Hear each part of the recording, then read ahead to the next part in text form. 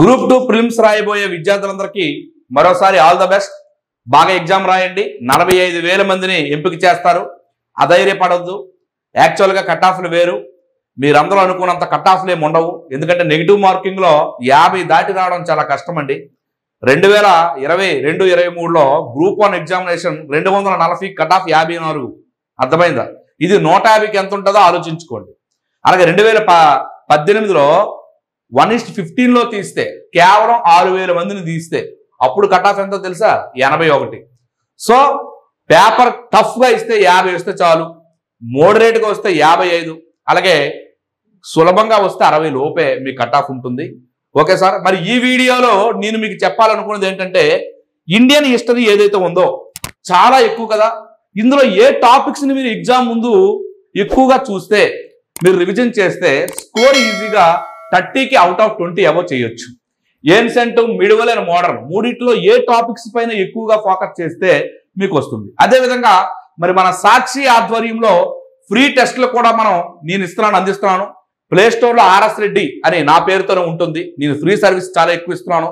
ప్రాచీన భారతదేశ చరిత్ర ఉంది. ఇప్పుడు ఎగ్జామినేషన్లో మీరు ఎక్కువగా ఫోకస్ చేయాల్సింది చూసుకున్నట్టయితే ట్రావెలర్స్ ఉందండి. దీని నుంచి ఎప్పుడు బిట్టేస్తున్నాడు.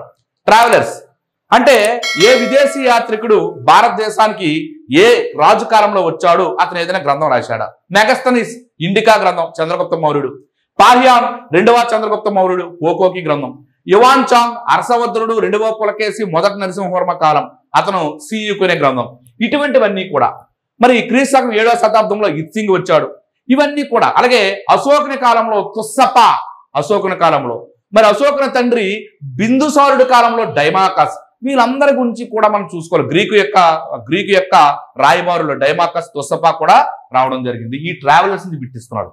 మరి అదేవిధంగా ఏన్సెంట్ లో మోస్ట్ ఇంపార్టెంట్ శాసనాలు, చాలా ఇంపార్టెంట్ సార్. అంటే మ్యాక్సిమం హరిసేనుడు అలహాబాద్ స్తంభ శాసనం, సముద్రగుప్త విజయాలు ఖచ్చితంగా వచ్చే బిట్. అలాగే మెహరౌలి ఇనుప స్తంభ శాసనం 2వ చంద్రగుప్త కాలం నాటిది, 2వ చంద్రగుప్త విక్రమాదిత్యుడి కాలం. మరి ఆ యొక్క శాసనం, మరి శాసనాల ద్వారా మనుషులతో మాట్లాడిన తొలి రోజు అశోకుడు. 86,400 శాసనాలు, 14 శిలా శాసనాలు. మరి అశోకుని శాసనాలు అన్ని కూడా మోస్ట్ ఇంపార్టెంట్ అన్ని మీరు చూసుకోవాలి. మరి ఆంధ్ర గురించి కళింగ యుద్ధం కోసం 13వ శిలాశాసనం కానివ్వండి. ఓకేనండి. మరి అదే విధంగా బబ్రూ శిలాశాసనంలో మనకి బౌద్ధ మతానికి సంబంధించిన అతను తీసుకున్న విధానం గురించి కానివ్వండి. ఓకే, మహస్థానా శాసనంలో కరువు కాటకాల గురించి కానివ్వండి. ఇటువంటివన్నీ కూడా మీరు జాగ్రత్తగా చూసుకోవాలి ఈ శాసనాల్లో. మరి శాసనాలు అనగానే జునాగఢ్ శకరుద్రదముని జునాగఢ్ శాసనం ఎప్పుడు ఎందుకు అడుగుతాడంటే, భారతదేశంలో సంస్కృతంలో వేసిన తొలి శాసనం శకరుద్రదముని జునాగఢ్ శాసనం, అందుకే ఆ యొక్క శాసనం అడుగుతాడు. అలాగే మరి హర్షవర్ధుని కాలంలోకి వచ్చేసరికి మరి హర్షవర్ధుని కాలంలో బన్సకారి అనే శాసనం కానివ్వండి, ఒక మధుబని శాసనం కానివ్వండి. అలాగే అతని కాలానికి చెందిన 2వ పులకేసి సేనాని రవికీర్తి వేసిన ఐహోలు శాసనం కానివ్వండి. ఇటువంటి ఇంపార్టెంట్ శాసనాలు మీరు చూస్తే ఒక బిట్టు ఉచితంగా వచ్చే అవకాశం ఉంటుంది. మరి అశోకు నుంచి శాసనాలు స్టార్ట్ అవుతాయి. అక్కడి నుంచి ఏన్సెంట్ వరకు ఉన్న శాసనాల్లో మోస్ట్ ఇంపార్టెంట్ అన్ని మీరు చూసుకోవాలి. మరి అదేవిధంగా గ్రంథాలు. సో ప్రాచీనంలో ఈ గ్రంథాల్లో బౌద్ధ మతానికి సంబంధించి అశ్వఘోషుడు కానివ్వండి, బుద్ధ చరిత్ర, మరి అదేవిధంగా ఆచార్య నాగార్జున గ్రంథాలు, మాధ్యమికవాదం, సృహల్లేఖన. ఓకేనండి. మరి అదేవిధంగా పండితులు పామరులు ఖండతం చేసేవారని ఏ గ్రంథాన్ని ఇత్సింగ్ పేర్కొన్నాడంటే సృహల్లేఖన, ప్రజ్ఞా పారమితి శాస్త్రం, ఆరోగ్య మంజరి. ఇటువంటి గ్రంథాలు బౌద్ధ జైన గ్రంథాలు చాలా ఫేమస్ అండి గ్రంథాల్లో. మరి అదేవిధంగా మెగస్తనీస్ ఇండికా కానివ్వండి, కౌటిల్యుడి అర్థశాస్త్రం కానివ్వండి, మరి విశాఖదత్తులు ముద్రాక్షసంలో మౌర్యుల సామ్రాజ్యం ఏ విధంగా ఏర్పడింది, వారి కాలంలో కుట్ర కోసం చెప్పాడు. మరి హర్షుడు కాలంలో హర్షుడే నేరుగా ఒక కవి, హర్షుడు హర్ష చక్రవర్తి హర్షుడు మరి కాదంబరి అనే గ్రంథం కూడా రచించాడు. మరి హర్షుడు ఆస్థానంలో బాణుడు హర్ష చరిత్ర అనే గ్రంథం రచించాడు. మరి ఇటువంటి గ్రంథాలు ఇంపార్టెంట్ అన్ని కూడా ఈ యాంగిల్లో మీరు చూసుకోవాలి. ఇవన్నీ ఒక లిస్ట్ రూపంలో నేను పెట్టాను. గ్రంథాలన్నీ ఒక దగ్గర, శాసనాలన్నీ ఒక దగ్గర, ట్రావెల్స్ అన్ని ఒక దగ్గర. అలాగే పన్నుల వ్యవస్థ, మరి గుప్తుల కాలం కానివ్వండి, మౌర్యుల కాలంలో కానివ్వండి, అలాగే తొలివేద కాలంలో బలి అనే ఒక పన్ను ఉండేది, బాగా అనే ఒక పన్ను. బలి అనే దాన్ని తొలివేద కాలంలో స్వచ్ఛందంగా ఇచ్చేవారు. మలివేద కాలంలోకి వెళ్ళేసరికి బాగా అనే ఒక నిర్బంధ పన్ను. అక్కడి నుంచి పన్నులు 1/6 వంతు భూమిశిస్తు వసూలు చేయడం కానివ్వండి, వృత్తులపై వేసిన కరకొర అనే పన్ను కానివ్వండి. మరి ఇటువంటి పన్నులన్నీ కూడా మీరు చూడాలి. మరి అదేవిధంగా మన పరిస్థితి వాస్తు శిల్పాలండి, చాలా ఇంపార్టెంట్. వాస్తు శిల్పం వచ్చేసరికి మన దేశంలో బౌద్ధ జైనము నుంచి స్టార్ట్ అయ్యాయి. బౌద్ధ మతం ఎక్కువ, బౌద్ధ మతం చూడండి, అమరావతి స్తూపం కానివ్వండి, గాంధార శిల్పకళ కానివ్వండి, మరి అమరావతి శిల్పకళ కానివ్వండి, మధుర శిల్పకళ కానివ్వండి, మరి స్తూపాలు, చైత్యాలు, విహారాలు, ఆరామాలు ఇవన్నీ కూడా వాస్తు శిల్పంలోకి వస్తాయి. సో చాలా ఇంపార్టెంట్ వాస్తు శిల్పంలో బౌద్ధులు, జైన మతానికి సంబంధించినవి. మరి అదే విధంగా మనం పరిశీలించేటప్పుడు మెయిన్ గుప్తుల కాలంలో ఈ బిట్ ఇస్తున్నాడండి ఎక్కువగా. గుప్తులు నగర శైలి కానివ్వండి, నాగ్నాలో పార్వతీ దేవాలయం, బొమ్మరాలో శివాలయం, బిటార్కంలో ఇటుకలతో దేవాలయం, ఇటువంటి ఆలయాలన్నీ కూడా మీరు చూసుకోవాలి. ఖచ్చితంగా గుప్తుల కాలంలో ఆర్కిటెక్చర్ అనేది ఒక బిట్ని ఖచ్చితంగా అడుగుతున్నాడు. గుప్తుల కాలంలో ఎటువంటి ఆర్కిటెక్చర్ ఉండేది, ఏ ఏ ఆలయాలు ఉండేవి, ఇవన్నీ కూడా. ఓకే, మరి అదే విధంగా మనకి మౌర్యుల కాలంకి వచ్చేసరికి పెద్దగా ఆర్కిటెక్చర్ అయితే పెద్దగా డెవలప్ అవ్వలేదు, కానీ పాటలు అయిపోతున్న దుర్గం కోసం అక్కడ ఎక్కువగా అడుగుతున్న అవకాశాలు ఉన్నాయి. ఓకే సార్, మరి వృత్తులు, శాఖలు. సో ఈ బిట్టు కూడా సాధారణంగా ఏంటంటే వేదకాలంకి వెళ్ళే వెనుకండి, వేదకాలం సభ, సమితి, విధాత, గణ వాటికి సంబంధించిన కానివ్వండి. మరి మౌర్యుల కాలం, గుప్తుల కాలంలోకి వచ్చేసరికి ఒక్కొక్క శాఖకి సంగ్రహితి, కోశాధికారి, సమాహర్త, ఆర్థిక మంత్రి, నగరి, పట్టణ పరిపాలకుడు, ఇటువంటి వాటి నుంచి ఒక బిట్ అనేది ఖచ్చితంగా వస్తుంది. అర్థమైందని భాండారికుడు వస్తు రూపంలో లేదా దాని రూపంలో ఈ యొక్క పన్నులని వసూలు చేసి నిల్వ చేసేవాడు. అర్థమైంది. రజ్జగారకుడు, కొలగాండ్రు, కొలత వేసేవాడు. ఇటువంటి శాఖలను ఖచ్చితంగా అడిగే అవకాశాలు ఉన్నాయి. మరి సిలబస్ ఓరియంటేషన్ లో మరి మనం పరిశీలిస్తే సింధు నాగరికత కాలం నుంచి మనం పరిశీలిస్తే మోస్ట్ ఇంపార్టెంట్ చూడకలేదు సైట్స్ ప్రదేశాలు, దీని నుంచే బిట్టు, ఇంకా చూడకలే. కంచుతో పోత పోసిన నటరాజ విగ్రహం హరప్ప, మరి 12 చిన్న ధాన్యాగారాల హరప్ప, అతి పెద్ద ధాన్యాగారం మొహంజుదారో, పెద్ద సమావేశ మందిరం మొహంజుదారో, ఇలా సిరాబుడ్డి చానుహుదురో. ఓకే, అదే విధంగా చూస్తే గబర్బన్స్ మొహంజుదారో, ఇటువంటివన్నీ కూడా. మరి కోట రక్షణ గోడ లేని ఏకైక నగరం చానుహుదురో, వృత్తాకార నగరం బన్వాలి. ఇటువంటి సైట్స్ ఏవైతే ఉన్నాయో రీసెంట్లీగా 2021లో యునెస్కో జాబితాలో చోటు సంపాదించుకున్న సింధు నాగరికత సైట్ ఏదంటే తోల్వీరా, అత్యంత లేటుగా కనుక్కున్న సైట్. ఈ సైట్స్ నుంచి ఖచ్చితంగా ఇస్తున్నాడండి. అగ్ని వేదికలు ఎక్కడ, కాళీబంగన కానివ్వండి, పూసల పరిశ్రమ చానుహుదురో కానివ్వండి, ఇటువంటివన్నీ కూడా ఈ సైట్స్ లో ఇంపార్టెంట్ అన్ని కూడా నేను ఆ యాప్ లో పెట్టాను, చూసుకోండి. ఆ ప్రదేశంపై బిట్ గ్యారెంటీగా వస్తుంది. మరి అదేవిధంగా సింధు నాగరికత కాలం ఈ మధ్య ఎగుమతులు, దిగుమతులు అంటే రాజస్థాన్ నుంచి ఖేత్రి అనే బంగారాన్ని దిగుమతి చేసుకునేవారని, ఒక ఈజిప్ట్ నుంచి వజ్రాలను దిగుమతి చేసుకునేవారని, ఇలా మెసపటోమియా నుంచి బంగారాన్ని దిగుమతి చేసుకునేవారని, ఇటువంటి దక్షిణ భారతదేశం నుంచి గవ్వలు దిగుమతి చేసుకునేవారని, ఇటువంటివి కూడా సింధు ప్రాంతంలో చూస్తే మీకు బిట్ మిస్ కాదు. మరి వేద కల్చర్, వేదికలో చూస్తే చెప్పాను కదా, వేదికలో తొలి వేదం, మలి వేదానికి సంబంధించిన విషయాలు ఏవైతే ఉన్నాయో అవి ఖచ్చితంగా చూడండి. వేదాలు, ఆ 4 వేదాలని చదవాలి. వాటితో పాటు మెయిన్ గా వేదాల్లో పేర్కొన్న పదాలు వరి, గృహి, వరి, నపీత, మంగళి, ఇలా కైవర్త, వేటగాడు, ఇలా ఇటువంటి పదాలు కొన్ని ఉంటాయి. ఆ పదాలను మాత్రం చూసుకోవాలి, అటువంటి బిట్ ఎక్కువ వచ్చే అవకాశం ఉంటుందండి. మరి అదే విధంగా వేదకాలం నుంచి మనం చూస్తే ఇతిహాసాలు కానివ్వండి, మరి అదే విధంగా మనం చూస్తే పురాణాలు, ఇతిహాసాలు, నెక్స్ట్ అదే విధంగా ఉపనిషత్తులు, ఓకే, బ్రాహ్మణాలు, ఓకేనండి, ఇవన్నీ కూడా లైట్ గా మీరు చూసుకుంటే ఇక్కడ బిట్ అయితే మిస్ కాదు. మరి బౌద్ధ, జైన మతాలు చెప్పాను సార్. బౌద్ధ, జైన మతాల్లో ప్రధానంగా వాస్తు శిల్పాలు బాగా చూసుకోవాలి. నేను బౌద్ధ మతానికి సంబంధించి ఆర్య సత్యాలు బౌద్ధ మతం, అలాగే పంచాంగాలు జైన మతం. మరి అదేవిధంగా బౌద్ధ మతంలో స్తూపాలు, చైత్యం అంటే ఏంటి, విహారం అంటే ఏంటి, ఇటువంటివన్నీ కూడా మీరు జాగ్రత్తగా చూసుకున్నట్టయితే బిట్ అనేది మిస్ కాదు. ఓకేనండి. స్తూపం బుద్ధుని అస్థికల పైన లేదా బుద్ధుడు లేదా ఆ యొక్క బుద్ధుని శిష్యుల అస్థికలపై నిర్మించిన సమాధులే స్తూపాలు. చైత్యం ప్రార్థనా మందిరం, చైత్యం. విహారం విశ్రాంతి గృహాలు. పార్వతీ విహారం అనే దాన్ని యజ్ఞశ్రీ శాతకర్ణి 1500 గదులతో ఆచార్య నాగార్జున కూరుకుపై కట్టించాడని చదువుకున్నాం. సో విహారం విశ్రాంతి. ఆరాము విద్యా కేంద్రము. బసది అంటే జైన మతంలో విద్యా కేంద్రాన్ని బసది అంటాం. ఓకే, ఈ విధంగా మీరు ఇక్కడ చూసుకోవాలి బౌద్ధ, జైన మతాల్లో. మరి 3 పీఠకాలు బౌద్ధ మతం అయితే 3 రత్నాలు జైన మతము. ఓకే సార్, ఎలా చూసుకోవాలి. మరి ఇలాగే బౌద్ధ మతంలో శాఖలు హీనయానం, మహాయానం, ఓకే, మరి అదేవిధంగా హీనయానం, మహాయానం, మహాసాంఘిక, సవిరువాద, ఓకేనండి. అదే విధంగా చూస్తే వజ్రయాన, ఇటువంటి శాఖలన్నింటినీ కూడా చూడాలి. మరి బౌద్ధ మతంలో పాటు జైన మతంలో శాఖలు ఉన్నాయి. శ్వేతంబరులు, దిగంబరులు, ఈ యొక్క శాఖలు కూడా మనం చూసుకుని వెళ్ళాలి. మరి మౌర్య సామ్రాజ్యం చాలా ఇంపార్టెంట్ సార్. అశోకుడికి సంబంధించిన మ్యాటర్స్ కానీ, మరి అదేవిధంగా మౌర్య చంద్రగుప్తుడు యొక్క మెయిన్ మతం జైన మతాన్ని పోషించింది కానీ, ఈ విషయాలు చూసుకోవాలి. అశోకుని శాసనాల నుంచి ఇక్కడ బిట్టిస్తారంటే మరి పరిపాలనా కాలం, కేంద్రీకృత పరిపాలన చెప్పాము. ఇక్కడ వృత్తుల వారీగా ఈ పరిపాలన శాఖలు కానివ్వండి, మౌర్యకి సంబంధించిన విషయాలన్నీ కూడా మౌర్యులు ఈ యొక్క శాఖలన్నీ కూడా చూసుకోవాలి. ఆ శాఖల నుంచి ఒక బిట్టిస్తున్నాడు. సమాహర్త ఆర్థిక మంత్రి, సంగ్రహిత కోశాధికారి, ఇటువంటి దాన్ని అడిగే అవకాశం ఉంది. మరి గుప్తుల కాలంలోకి వచ్చేసరికి సార్ గుప్తులు కూడా శ్రీగుప్తుడు మూల పురుషుడైతే 1వ చంద్రగుప్తుడు క్రీస్తు శకం 319లో గుప్త శకాన్ని స్టార్ట్ చేస్తాడు. 1వ చంద్రగుప్తుడు కుమారుడు సముద్రగుప్తుడు, గుప్తుల్లోనే గొప్పవాడు. మరి చంద్రగుప్తుడు కుమారుడు రామగుప్తుడు, మరి వాళ్ళ తమ్ముడు 2వ చంద్రగుప్తుడు, మరి 2వ చంద్రగుప్తుడు తర్వాత భానుగుప్తుడు. ఇవన్నీ కూడా మరిగుప్తులు తొలిగుప్తులో గుప్త రాజుల కోసం బిట్టడుతున్నాడు అండి. గుప్తుల రాజుల కోసం వీణ వాయిస్తూ బంగారంతో నాణ్యాన్ని విడుదల చేసిన వాళ్ళు ఎవరు అని అడిగాడు. సో సముద్రగుప్తుడు. సో ఇక్కడికి వచ్చేసరికి గుప్తుల్లో ప్రధానంగా మనం చూసుకోవాల్సింది సముద్రగుప్తుడి గురించి కానివ్వండి, 2వ చంద్రగుప్తుడి గురించి కానివ్వండి, వాళ్ళ నాణ్యాలతో ఈ యొక్క ముద్రలు వేశారు. దీన్ని అడుగుతున్నాడు. అలాగే ఆర్కిటెక్చర్, వాస్తు శిల్ప శైలిని చూడాలి.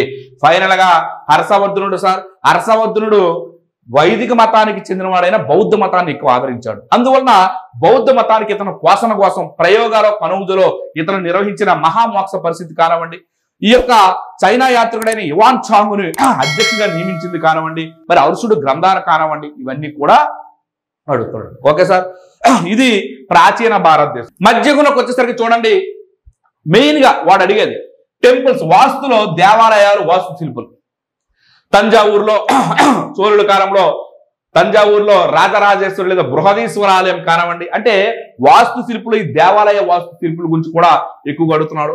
అలాగే శాఖల మంత్రులు, అంటే సపోజ్ కి బాల్బన్ ఉన్నాడండి. బాల్బను దివానీ విజరత్ అనే ఒక ఆర్థిక శాఖ మంత్రిని, దివానీ అరిజ్ అనే సైనిక మంత్రిని ఏర్పాటు చేశాడు. బాల్బన్ తర్వాత వచ్చిన అల్లావుద్దీన్ ఖిల్జీ వాటి శాఖను పెంచారు. తర్వాత మొఘళ్ళ కాలంకి వచ్చేసరికి ఇది ఒక పెద్ద రూపమే వచ్చింది. సో ఈ శాఖల మంత్రులు చూడాలి. దివానీ బరిద్ గూఢాచార్య మంత్రి, దివానీ కాజీ న్యాయశాఖ మంత్రి, ఓకే, దివానీ కాజీ న్యాయశాఖ మంత్రి, దివానీ బందగాన్ పేదలకి దాన ధర్మాలు ఇవ్వడానికి ఒక శాఖ, అదే దివానీ బందగాన్, దివానీ విజరత్, దివానీ రసాలత్ విదేశాంగ, దివానీ విజరత్ ఆర్థిక మంత్రి. ఈ శాఖల నుంచి ఒక బిట్ అడుగుతున్నాడు, చాలా ఇంపార్టెంట్. నెక్స్ట్ బిరుదులు సార్, ఢిల్లీ సుల్తాన్లు కానివ్వండి, చోళ నుంచి ఢిల్లీ సుల్తాన్లు మొఘల వరకు ప్రతి ఒక్కరికి బిరుదు ఉంటుంది. ఆ బిరుదులో అడుగుతున్నాడు. లాక్ బక్స్ కుతుబుద్దీన్ ఐబక్, అది గుర్సప్ప అల్లావుద్దీన్ ఖిల్జీ. ఓకే, ఈ విధంగా ఒక్కొక్కరికి ఒక బిరుదు ఉంది. అక్బర్కి వచ్చేసరికి మనకి అసలు అక్బర్ అసలు పేరు ఏంటో తెలుసా? అక్బర్ జలాలుద్దీన్ అక్బర్ అసలు పేరు జలాలుద్దీన్. మరి జిందాపీర్ ఔరంగజేబు, సలీం ఎవరు? జహంగీరి, ఖుర్రం ఎవరు? షాజహాన్. ఇటువంటి బిరుదులన్నింటినీ కూడా మనం ప్రతి ఒక్కరికి ఉన్న బిరుదుని మనం చూసుకొని వెళ్ళాలి. అలాంటి బిరుదుల నుంచి ఇవన్నీ ఒక టేబుల్ రూపొందించిన అన్ని బిరుదులు కూడా. మరి సాహిత్యం చాలా ఇంపార్టెంట్ సార్. సాహిత్యం వచ్చేసరికి మధ్యయుగంలో ఈ ఢిల్లీ సుల్తాన్లు మొఘల కాలంలో ప్రధానంగా వచ్చిన సాహిత్యం అంతా అమీర్ ఖుస్రో కానివ్వండి, అమీర్ ఖుస్రో అబుల్ ఫజల్ ఐని అక్బర్ కానివ్వండి, మరి వీళ్ళందరి యొక్క సాహిత్యాలు ఇక్కడ చూడాలి, గ్రంథాలు. మరి హుమయాన్ నామా గుల్బదన్ బేగం కానివ్వండి, బాబర్ తన యొక్క సొంత చరిత్రని స్వీయ చరిత్రను రాసుకున్నారు, తుజ్కీ బాబర్ అని టర్కీ భాషలో. ఇటువంటివన్నీ కూడా మనం చూడాలి. నెక్స్ట్ పన్నులు సార్. పన్నుల్లో ఢిల్లీ సుల్తాన్లు వచ్చిన తర్వాత మొఘలాయుల కాలంలో ముస్లిమేతరుల పైన జిజియా అనే పన్ను కానివ్వండి, మరి అదేవిధంగా ఖమ్స్ అనే సైనిక వ్యవస్థలో వచ్చిన దోపిడీ పన్ను కానివ్వండి, రబాట్ అనే నీటిపై వెళ్ళిన పన్ను కానివ్వండి, ఇటువంటి అనేక పన్నుల వ్యవస్థలు వచ్చాయి. ఈ పన్నులు చూడాలి. మరి అదేవిధంగా యుద్ధాలు సార్. ఢిల్లీ సుల్తాన్ నుంచి మొఘల వరకు అనేక రకాల యుద్ధాలు. పానిపట్టు యుద్ధాలు, మొదటి పానిపట్టు యుద్ధం 1526, రెండవది 56, మూడవది 1761. మరి అదేవిధంగా అల్లావుద్దీన్ ఖిల్జీ దండయాత్రలు కానివ్వండి, దండయాత్రలు. మరి అదేవిధంగా చూస్తే మహమ్మద్ బిన్ తుగ్లక్ యొక్క దండయాత్రలు కానివ్వండి, ఈ యొక్క యుద్ధాల నుంచి కూడా ఒక బిట్టు అడిగే అవకాశం ఉంది. ఎందుకంటే చాలా వరకు వీరంతా ఆక్రమణలు జరిగాయి కనుక ఆక్రమణ పైన ఒక బిట్టు వచ్చే అవకాశం ఉంది. ఒకసారి మెయిన్ గా మధ్యయుగం సిలబస్ వారీగా చూస్తే చోళుడు సార్. చోళుల కోసం మీరు గ్రామ పరిపాలన నీటిగా రాసి పెట్టాను మ్యాటర్. ఆ గ్రామ పరిపాలించే బిట్టేస్తాడండి. చోళుల్లో ఊర్రు అంటే ఏంటి, ఓకేనా, ఊర్రు అంటే ఏంటి, మరి అదేవిధంగా సభ అంటే ఏంటి, ఇవన్నీ కొట్టాయం అంటే ఏంటి, నాడు అంటే ఏంటి, ఒలనాడు అంటే ఏంటి, ఇలా చోళులకు సంబంధించిన గ్రామ పరిపాలన పైన ఒక బిట్ ఇచ్చేస్తున్నాడు. 4 వాక్యాలు ఇస్తాడు. చోళుడు గ్రామ పరిపాలన సంబంధించి సరైనది ఏది నడుతాడు, బాగా రివిజన్ చేయాలి. మరి తర్వాత ఢిల్లీ సుల్తాన్లకు వచ్చేసరికి ప్రధానంగా అడిగే చెప్పాను కదా, ఈ శాఖల మంత్రుల నుంచి బిట్ వస్తుంది. అలాగే కొన్ని విధానాలు ఉన్నాయి ఢిల్లీ సుల్తాన్. సపోజ్ ఇల్టుట్మిస్ ఉన్నాడండి, ఇక్తా ముక్తి పద్ధతి అనేది తీసుకొచ్చాడు. ఇల్టుట్మిస్ ఇక్తా ముక్తి పద్ధతి. ఆ ఇక్తా ముక్తి పద్ధతిని అల్లావుద్దీన్ ఖిల్జీ రద్దు చేశాడు. తర్వాత ఫిరోజ్ షా తుగ్లక్ తీసుకొచ్చాడు ఇక్తా ముక్తి పద్ధతిని. తర్వాత అక్బర్ రద్దు చేశాడు. తర్వాత జహంగీర్ తీసుకొచ్చాడు ఇక్తా ముక్తి పద్ధతిని. సో ఇక్తా ముక్తి పద్ధతి అంటే ఏంటి?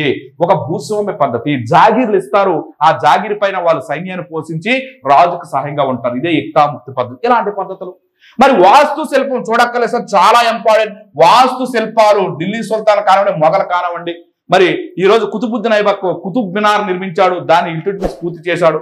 అలాయి దర్వాజా అలావుద్దీన్ ఖిల్జీ నిర్మాణం చేయడం జరిగింది.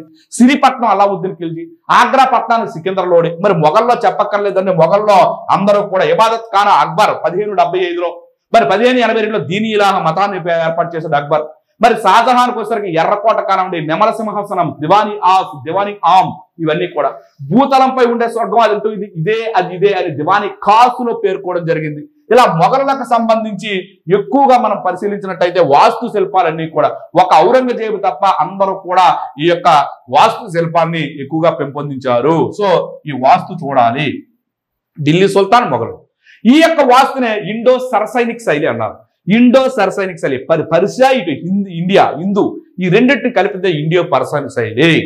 మరి ఈ విధంగా ఇక ఢిల్లీ సుల్తాన్, మొఘలకు సంబంధించి మనం చూడాలండి.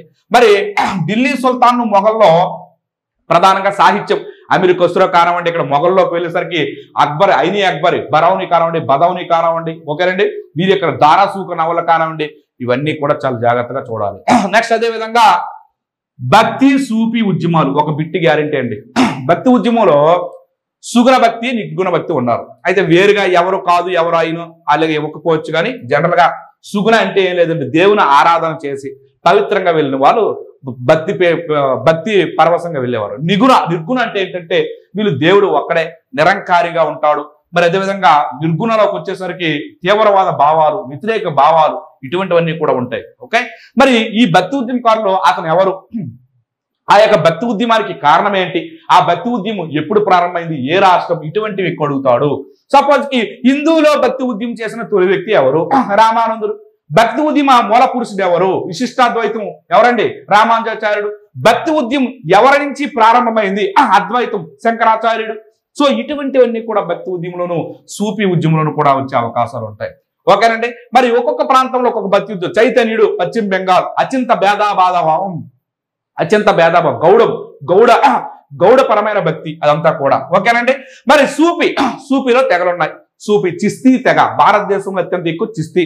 షేక్ మొయినుద్దీన్ హసన్ చిస్తీ సమాధి అజ్మీర్ లో ఉంది, అతనే మెయిన్. తర్వాత సహరవది తెగ, నక్సాబందీ తెగ, ఒక బ్లాకీ బిల్లా తెగ, ఈ తెగలన్నింటినీ కూడా మనం సూఫీలో చూడాలి. సో ఈ విధంగా నెక్స్ట్ ఫైనల్ గా మరాఠా శివాజీ, చాలా ఇంపార్టెంట్ సార్. ఎక్కువగా అడిగేది శివాజీలో ఆక్రమించుకున్న దుర్గాలు. శివాజీ మొదట ఆక్రమించుకున్నది ఏది, ద్వారనా. మరి శివాజీకి మరి ఎవరిని, ఏ యొక్క బేజాపూర్ సుల్తాన్లో ఎవరిని తన యొక్క పులుగోలతో చంపాడు, అఫ్జల్ ఖాన్. ఎవరితో సంధి చేసుకున్నాడు, రాజా జైసింగ్ 1665. ఓకే సార్, ఇలా శివాజీకి ఔరంగజేబుకి మధ్య జరిగిన ఈ ఆక్రమణలు, వీటిని గురించి. మరి అదే విధంగా అష్టప్రధానంలో ఏ పదాన్ని ఏమంటారు, అదొకటి ఇంపార్టెంట్ అండి అష్టప్రధానంలో. నెక్స్ట్ శివాజీ పనులు, చౌతు సర్దేశము, ఇవి చూడండి ఖచ్చితంగా బిట్టుపోదు. ఓకే సార్, ఇది మిడివల్. ఇలా చూస్తే ఇంచుమించు ఇక్కడ మీకే కవర్ అయిపోతున్నాయి. ప్రతి దాని నుంచి ఏ యాంగిల్లో బిట్ వచ్చిందో చెప్పాను సార్. మోస్ట్ ఇంపార్టెంట్ సంస్థల నుంచి అడుగుతాడండి, మెయిన్ సంస్థలు. ఈస్ట్ ఇండియా కంపెనీ అనే ఒక విదేశీ బ్రిటన్ సంస్థ వచ్చిన నుంచి మన దేశంలో జాతీయవాద సంస్థల వరకు, ఐఎన్సి కానివ్వండి, ఇండియన్ అసోసియేషన్ కానివ్వండి, మరి అదే విధంగా ఎన్నో రకాలైన సంస్థలు ఏర్పడ్డాయి. ఈ సంస్థలన్నీ ఒక లిస్ట్ పెట్టాను. ఫ్రెంచ్ దేశానికి చెందిన కోల్బర్ యొక్క ఫ్రెంచ్ ఈస్ట్ ఇండియా కంపెనీ కానివ్వండి, ప్రతి సంస్థ ఆ సంస్థతో బిట్ వస్తుందండి. మరి అదేవిధంగా పత్రికలు, ఖచ్చితంగా అడిగేది పత్రికల నుంచి ఒక బిట్. మెయిన్ గా ఈ యొక్క వందే మాతర ఉద్యమం కాలంలో మనం పరిశీలిస్తే ఈ పత్రికల పాత్ర ఉంటుంది. అలాగే సాంఘిక సంస్కరణ ఉద్యమం కాలంలో కూడా ఈ యొక్క పత్రికల పాత్ర ఉంటుంది. ఓకే సార్, మరి వందే మాతరం ఉద్యమం కానివ్వండి, సాంఘిక సంస్కరణ ఉద్యమం. సపోజ్ రాజా రామ్మోహన్ రాయ్ గారు ఉన్నారు, మరి స్వామి వివేకానంద గారు ఉన్నారు, మరి అదేవిధంగా కందుకూరు వీరేశ్వరం, వీరందరూ పత్రికలే. ఈ పత్రికల్లో ఒక బిట్ని ఖచ్చితంగా మీకు అడుగుతున్నాడు. నెక్స్ట్ గ్రంథాలు, సాంఘిక సంస్కరణ కానివ్వండి, భారతదేశ ఉద్యమంలో వాళ్ళ భావాలని గ్రంథం రూపంలో తెలియజేశారు కదా. మరి ఇండియా స్ట్రగుల్ సుభాష్ చంద్రబోస్, మరి హిందూ స్వరాజ్ మహాత్మా గాంధీ, మరి discovery of India Jawaharlal Nehru, ఇవే కాదు మరి ప్రారంభం నుంచి ఉన్న గ్రంథాలన్నీ కూడా మనం చూసుకోవాలి ఈ గ్రంథాలు. నెక్స్ట్ బిరుదులు, ఎవరికి ఏ బిరుదు ఉంది, రాజా అనే బిరుదు 2వ అక్బర్ ఇచ్చారు, అవునా కాదా? 2వ అక్బర్ అనే వ్యక్తి రాజా అనే బిరుదు ఇచ్చారు. ఎవరికి? రాజా రామ్మోహన్ రాయ్కి. మరి అక్కడి నుంచి బిరుదులు స్టార్ట్ చేస్తే చివరి వరకు ఉన్న బిరుదులన్నీ కూడా మీరు చూసుకోవాలి. మరి ఉద్యమాలు, మరి ముఖ్య సంవత్సరంలో ఇలా చూసుకోండి. మరి ఉద్యమాలు కొంచెం వచ్చినట్టయితే సిపాయిల తిరుగుబాటు నుంచి స్టార్ట్ చేసి జరిగిన ఉద్యమాలన్నిటినీ కూడా చూడండి. అతివాద ఉద్యమాలు, మితవాద ఉద్యమాలు, గాంధీ ఉద్యమాలు, గాంధీ 1917లో మనకి తీసుకొచ్చిన చంపారన్ ఉద్యమం, 1918 కేడా ఉద్యమం, 1919లో ఖిలాఫత్ ఉద్యమం, 1920లో సహాయనిరకరణ ఉద్యమం, 1930లో శాసనాలంఘన, 1942లో క్విట్ ఇండియా, ఈ ఉద్యమాల గమనాలు మాత్రం చూడాలి. ఈ ఉద్యమం గమనాల్లో మనం చూడాల్సిందల్లా ఏంటి సార్ అంటే ఉద్యమం ఎక్కడ స్టార్ట్ అయింది, అక్కడ ఏదైనా మెయిన్ ఇన్సిడెంట్ ఉందా, ఇటువంటి మనం చూడాలి. అర్థమవుతుందండి? ఓకే, మరి ఈ సిలబస్ లో చూస్తే మెయిన్ యూరోపియన్ల స్థావరాలు, ఖచ్చితంగా బ్రిటిష్ వారి స్థావరాలు కానివ్వండి, మరి ఫ్రెంచ్ వారి స్థావరాలు కానివ్వండి, డెనిస్ వారి స్థావరాలు కానివ్వండి, ఈ స్థావరాలు ఎక్కడ ఏది మొదలది ఏది చివరిది చూసుకోండి.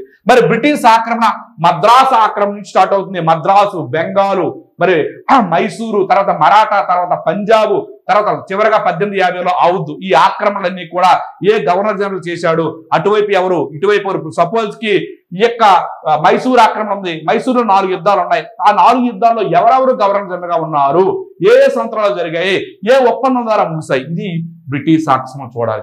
మరి సిపాయిల తిరుగుబాటు మోస్ట్ ఇంపార్టెంట్, ఎక్కువగా ఇచ్చే బిట్ ఏంటంటే సిపాయిల తిరుగుబాటు ఎక్కడ జరిగింది, అక్కడ సిపాయిలకి నాయకత్వం వహించింది ఎవరు, ఢిల్లీలో సిపాయిలకి నాయకత్వం వచ్చింది బక్తా ఖాన్. మరి ఢిల్లీలో బ్రిటిష్ వారికి నాయకత్వం వచ్చింది హడ్సన్ అనేవాడు ఈ యొక్క సిపాయిల తిరుగుబాటు ఢిల్లీలో అంతం చేస్తాడు. ఇలా ఝాన్సీలో ఎవరు, కాన్పూర్లో ఎవరు, ఓకేనండి. మరి అదే విధంగా చూసుకున్నట్టయితే భారతదేశంలో ఎక్కడెక్కడ జరిగాయి, అక్కడ బ్రిటిష్ కి నాయకత్వం వహించింది ఎవరు, అలాగే సిపాయిలకు నాయకత్వం వహించింది ఎవరు, అలాగే సిపాయిల తిరుగుబాటు పైన కొటేషన్లు ఉంటాయి. దీన్ని ప్రథమ భారత స్వతంత్ర సంగ్రామం అని చెప్పింది విడి సావర్కర్. అలాగే చాలా కొటేషన్ ఎగ్జాంపుల్ లో పెట్టాను, అవన్నీ చదవండి. ఈ విధంగా దీన్ని చూడండి. సిపాయిల తిరుగుబాటు, మరి సాంఘిక సంస్కరణ ఉద్యమాలండి సార్ ఏమీ లేదు. 1858 విక్టోరియా రాణి చట్టం తర్వాత ప్రధానంగా జరిగింది ఏంటంటే, మన దేశంలో విక్టోరియా రాణి చట్టం వచ్చిన తర్వాత బ్రిటిష్ వారు మన దేశ ఆచార సాంప్రదాయాల్లోకి రాము అని చెప్పేశారు, జోలికి రామని. అప్పుడు ఏం చేయాలి, మన దేశంలో మేధావులు మన దేశంలో ఉండే సంస్కరణ తీసుకురావాలి. అయితే ఇంకో విషయం, అంతకు ముందు నుంచే ఈ సాంఘిక సంస్కరణ ఉద్యమాల్లో బాగా మనం పరిశీలిస్తే రాజా రామ్మోహన్ రాయ్ గారు వాళ్ళ అన్నయ్య భార్యని వదిలిని ఈ యొక్క సతీ సహగమనం ద్వారా కాల్చేసేటప్పుడు ఇతను ఎలాగైనా పోరాడాలని ఈ యొక్క సాంఘిక సంస్కరణ ఉద్యమంలో భాగంగా, అంటే ఇతను చేసింది ఏంటంటే 1829లో విలియం బెంటిక్ గారి చేత ఈ యొక్క సతీ సహగమన నిషేధ చట్టాన్ని తీసుకొచ్చారు. సో ఈ విధంగా భారతదేశంలో ఉండే మతతత్వ ఏవైతే ఉన్నాయో మూఢతత్వ ఆచారాల పైన మన దేశంలో ఉండే ఈ యొక్క మన సాంఘిక సంస్కృత నాయకులు చేసిన కృషంతా కూడా స్వామి దయానంద సరస్వతి, మరి ముస్లింలో సరసయ్యద్ అహ్మద్ ఖాన్ కానివ్వండి, మరి హిందువుల్లో మనం చూస్తే స్వామి వివేకానంద కానివ్వండి, రామకృష్ణ పరమహంస కానివ్వండి, వీళ్ళందరూ కూడా చేసిన. అలాగే 1856లో డల్హౌసీ యొక్క వితంతు పునర్వాహ చట్టాన్ని కారకుడైన ఈశ్వర్ చంద్ర విద్యాసాగర్ కానివ్వండి, వీళ్ళందరూ చేసిన ఉద్యమాలు చూడాలి. మరి 1858 విక్టోరియా రాణి చట్టం ప్రకటన తర్వాత మన దేశంలో బ్రిటిష్ వారు ఏం చేశారు, బ్రిటిష్ ఇండియా స్వదేశీ సంస్థను పెట్టేశారు. ఈ సందర్భంలో ప్రధానంగా వచ్చిన సంస్థలు జాతీయవాద చైతన్య సంస్థలు. అంటే 1852 ఇండియన్ అసోసియేషన్ నుంచి 1885 మరి జాతీయ కాంగ్రెస్ ఏర్పడిన వరకు అనేక సంస్థలు ఏర్పడ్డాయి. ఈ సంస్థలన్నీ కూడా మనం చూసుకోవాలి, ఇక్కడే చెప్పాను. మరి అదేవిధంగా మితవాద అతివాద యుగాలు. సో ఖచ్చితంగా ఇంపార్టెంట్ సార్, మితవాదులు పెద్ద లేదు కానీ అతివాద ఉద్యమాల్లో భాగంగా వందే మాత్ర ఉద్యమం, హోమ్ రూల్ ఉద్యమం నుంచి బిట్టి ఖచ్చితంగా ఇచ్చి తీరుతున్నాడు. మరి అదేవిధంగా గాంధీ యుగంలో మనం ఆల్రెడీ చెప్పాం, గాంధీ 1915లో వచ్చిన తర్వాత చేసిన ప్రతి ఉద్యమంలో ఖచ్చితంగా ఇక్కడ గాంధీ ఉద్యమం నుంచి 1 or 2 బిట్స్ ఖచ్చితంగా ఇస్తున్నాడండి. శాసనోల్లంఘన ఉద్యమం ఉంది, దానికి మెయిన్ ఆశయాలు, లేదా క్విట్ ఇండియా ఉద్యమం, లేదా సహాయ నిరాకరణ ఉద్యమం, ఈ ఉద్యమాలపైన ప్రాధాన్యత ఖచ్చితంగా చూడాలి. మరి అదేవిధంగా విప్లవాత్మక ఉగ్రవాదం, కమ్యూనిజం. అసలు కమ్యూనిజం ఎందుకు ఏర్పడింది? 1934లో మనకి శాసనోల్లంఘన ఉద్యమం అయిపోయిన తర్వాత వెంటనే ఎక్కువగా కమ్యూనిజం భావాలు బలపడి ఇక గాంధీతోనూ కాంగ్రెస్ తోనే కాదు, ఖచ్చితంగా మనం పోరాటం చేయాలని ఇక రామ్ మనోహర్ లోహియా కానివ్వండి, మరి ఈ యొక్క బీహార్లో ప్రధానంగా ఈ యొక్క కమ్యూనిజం భావాలు బాగా బలపడ్డాయి. Okay sir. మరి అదేవిధంగా విప్లవాత్మక ఉగ్రవాదం అంటే 1897లో చాపేకర్ సోదరులు అక్కడ ప్లేగు కమిషన్ కి వచ్చిన బ్రాండ్ని హత్య చేస్తారు. ఎందుకంటే వాళ్ళు సరైన రిపోర్ట్ ఇవ్వరు. అక్కడి నుంచి స్టార్ట్ అయ్యి భగత్ సింగ్ నుంచి మరి మిగతా వాళ్ళందరూ కూడా విప్లవాత్మక ఉగ్రవాదం, దాన్ని కూడా లిస్టు పెట్టాను. ఒక 10 ఉంటాయి ఇన్సిడెంట్లు, అవి చదివినట్టయితే ఖచ్చితంగా ఇలా మీరు చదువుకోండి. ఇలా చదువుకుంటే 20+ స్కోర్ ఈజీగా చేయొచ్చు. అర్థమవుతుందండి? అంటే నేను టాపిక్స్ మాత్రమే చెప్పాను ఎలా చదవాలో. మరి క్లాసులన్నీ ఇప్పుడు మీకు వినే టైం లేదు కనుక నేను స్పీడ్గా చెప్పాను. ఎలాంటివి చదవాలి, ఏవి చదవాలి చెప్పాను. అయితే ఆధునిక కొంచెం ఎక్కువ ఇంపార్టెంట్ అవ్వండి. ఇక్కడ 13 వరకు బిట్లు వచ్చే అవకాశాలు ఉంటాయి. అంటే వాడు ఇచ్చిన సిలబస్ లో 10 అనలేదు కనుక ఆధునిక ఎక్కువ ఇంపార్టెంట్ ఇవ్వండి. మరి ఇక్కడ కూడా 8, మరి ఇక్కడ కూడా 7, ఈ విధంగా ఏదైనా సరే 8, 9, 7 ఈ విధంగా మనకి బిట్స్ వచ్చే అవకాశం ఉంటాయి. అందరికి కూడా ఆల్ ది బెస్ట్.